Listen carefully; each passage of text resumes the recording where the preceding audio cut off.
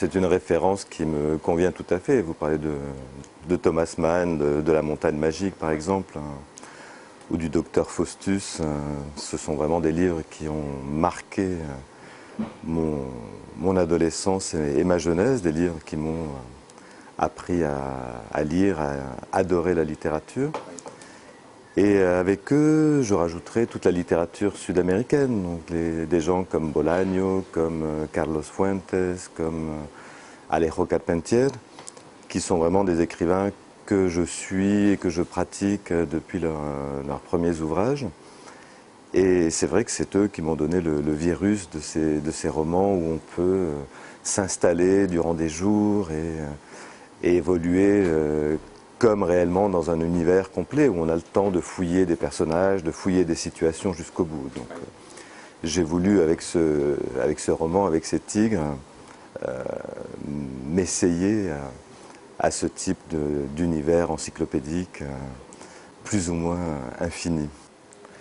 Oui, bon, là encore, vous touchez juste avec Borges. Là, pour le coup, c'est un des phares parmi mes écrivains préférés, avec Flaubert. Et donc c'est vrai que j'aime chez lui sa façon de manier les paradoxes, de faire de l'encyclopédie une sous-partie de la littérature, de faire de la philosophie une sous-partie de la littérature.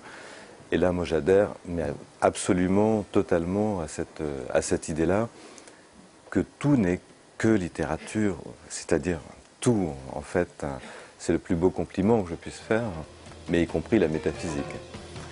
Et donc, il y avait aussi cette volonté, sinon de ressembler à Borges, ce qui n'est pas du tout le propos, mais en tout cas de mêler l'encyclopédie, l'érudition, avec ce personnage dont vous parlez, Athanasius Kircher, qui a réellement existé, mais dont je fais une figure littéraire et certainement pas une biographie véritable, avec la littérature. Si mon roman s'appelle « Là où les tigres sont chez eux », c'est bien sûr à cause de la belle citation de Goethe qui est en exergue du livre, mais aussi à cause du tigre, l'animal fétiche de Borges, et pour moi la splendide métaphore de la vérité, c'est-à-dire de quelque chose de mouvant, qui se montre, qui se cache en même temps, qu'il est impossible d'attraper sans la tuer, donc sans la faire disparaître. Quand je suis tombé sur les 3-4 pages qui résumaient la biographie d'Athanasius Kircher, oh, ça commence à faire très longtemps, c'était dans les années 70, donc j'étais encore étudiant. Et j'ai attrapé un virus qui ne m'a pas quitté, donc ça fait plus de 30 ans maintenant que je côtoie ce savant jésuite, que je passe mon temps dans les bibliothèques à faire des recherches sur lui, sur le XVIIe siècle qui l'entourait, sur ses amis.